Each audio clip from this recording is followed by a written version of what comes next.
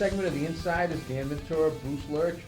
We'll jump right into the ISL. Huge game Saturday. Lawrence Academy probably created a bigger logjam at the top by beating St. Sebastian's. And you were pretty impressed with a certain player on Lawrence Academy. I was impressed with a couple of players, Danny, but since I came back and told you about it almost immediately after the game, Chris Garrison, tremendous athlete. I mean, I think we talk a lot about the great MIA players.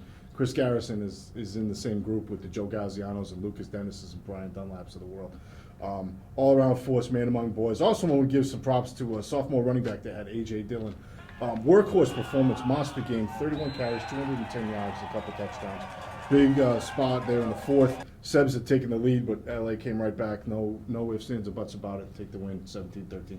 Going over to the MIA real quick, parity certainly seems like it's got there this year. Last year, the 7 seeds were 0-14.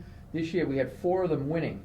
And you took it even a step further with the 6 seeds. Yeah, I mean, you had 4 of those winning too. And I want to ask you, I mean, how many of these were actually upsets, though? Well, I look at the 4 7 seeds that won. There's no question Swampscott beating Watertown is a major upset. Dennis Yarmouth, I don't think was an upset. Bishop Connolly had played Southeastern to the wire a week earlier. I mean, those games to me are not upsets. They're just not. And Greater Lawrence may have been the favorite in the game against Brighton. But you did give a shout out to our friend Steve Dembowski at Swampscott, though. A big win. Fighting Dembos. Well, the first weekend of the playoffs, the Division I finalists from a year ago survived. Central Catholic earns another shot at St. John's Prep by defeating Andover.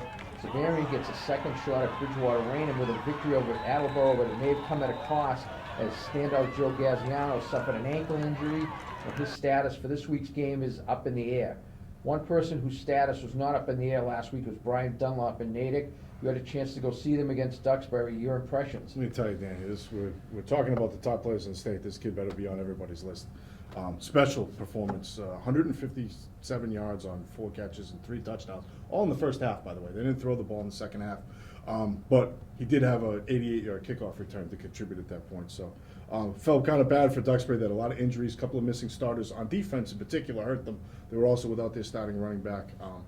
But Natick, very strong performance to open up the playoffs. Now, Natick goes in, had beaten a red-hot Duxbury team, and they're going to have another challenge this week. They got out to Marshfield, who really did a number on Mansfield. And I know Mansfield is banged up. They've got a lot of guys out. But anytime you can handle a Mike Redding team the way Marshfield did, and everyone says Dan Dalton is a legitimate talent, Jack Masterson, solid quarterback, that's going to be a heck of a game. And speaking of heck of a games, the best game could very well be Tewksbury at Marblehead. And I'm sure the Magicians are very happy they're getting to play at home, going up against Tewksbury. And I mean, they've already done this once this season, but I mean, it's just this is one of the most exciting matchups. I think everybody's been looking forward to this game.